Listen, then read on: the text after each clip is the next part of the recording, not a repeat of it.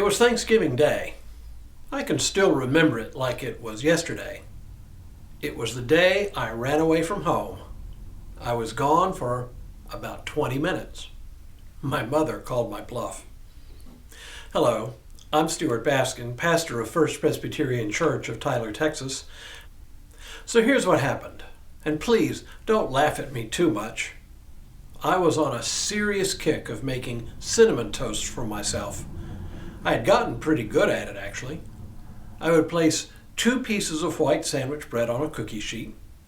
Then I would take butter that had softened up a little bit and put 3 pats, not 2, not 4, always 3 pats on each slice.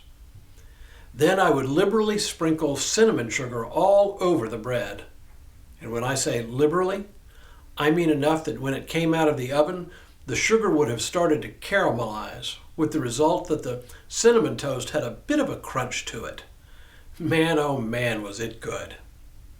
Well, on that Thanksgiving Day, I must have been 7 or 8, I went to the kitchen around mid-morning to make myself some cinnamon toast.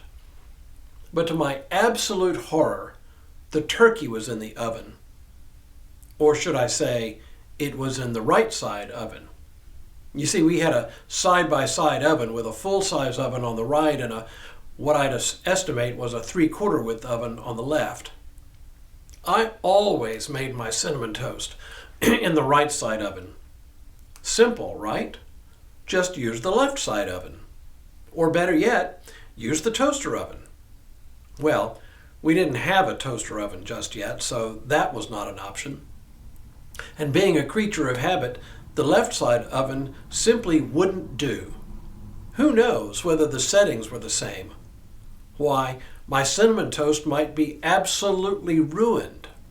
The sugar might not properly caramelize. The bread might burn around the edges before the cinnamon sugar was ready.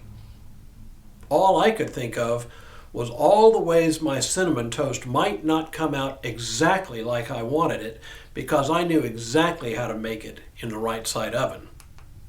What was a boy to do? Well, first, I calmly explained to my mom the nature of the problem and suggested she might move the turkey to the left side oven. Seemed perfectly logical and a reasonable solution to me, a win-win if ever there was one. Well, Mom carefully explained. She had the patience of Job. She took the time to explain it to me. She explained that the turkey simply wouldn't fit in the left side oven, but I was welcome to use the left side oven for my cinnamon toast. I thought I had made a perfectly reasonable case to my mother. Why was she being so unreasonable, so obstinate? So I resorted to plan B. I pitched a fit. So I whined and complained that she was being totally unreasonable. She was being so mean to me. The result? Did I say my mother had the patience of Job? She just went about cooking Thanksgiving dinner without engaging in my hissy fit.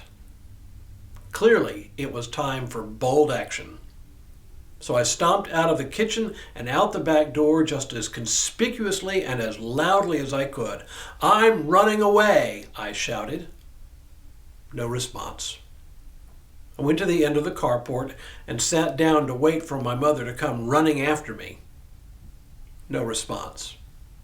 My faithful dog came to sit with me, clearly aware that I was in distress.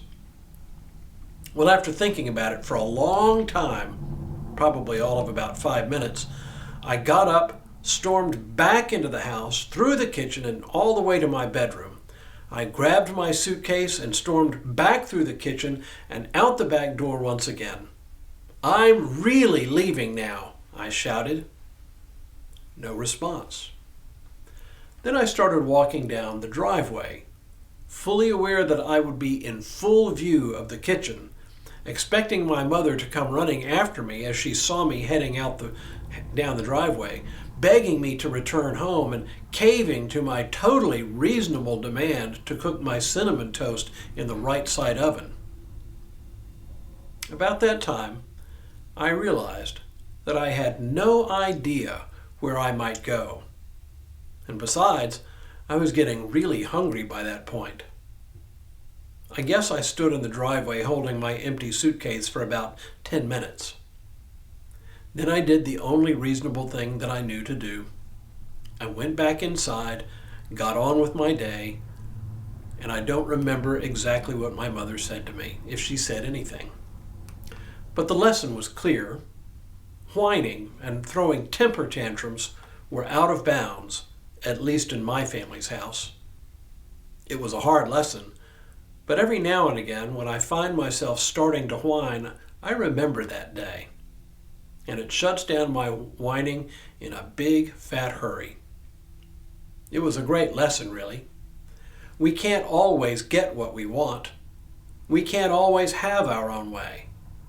And it's okay to be frustrated. But whining and pitching temper tantrums is no way to handle things. But man, oh man, I still remember that cinnamon toast. I think I'll have to go and make some for myself now. It's my kitchen now, by golly.